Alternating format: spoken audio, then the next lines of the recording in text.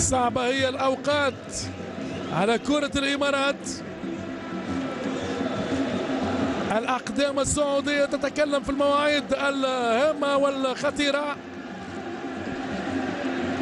إلى حد الآن وضعية مريرة لعلي خسيف وزملائه. هذه كرة وليد عبد الله في التركيز، جول!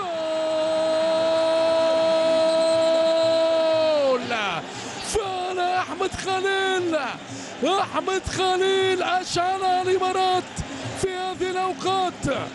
حامل اللقب يرجع لفريق الذهب. شيء عجب، رأسية نارية لأحمد خليل، ذهبية وهدف إماراتي في الشباك السعودية.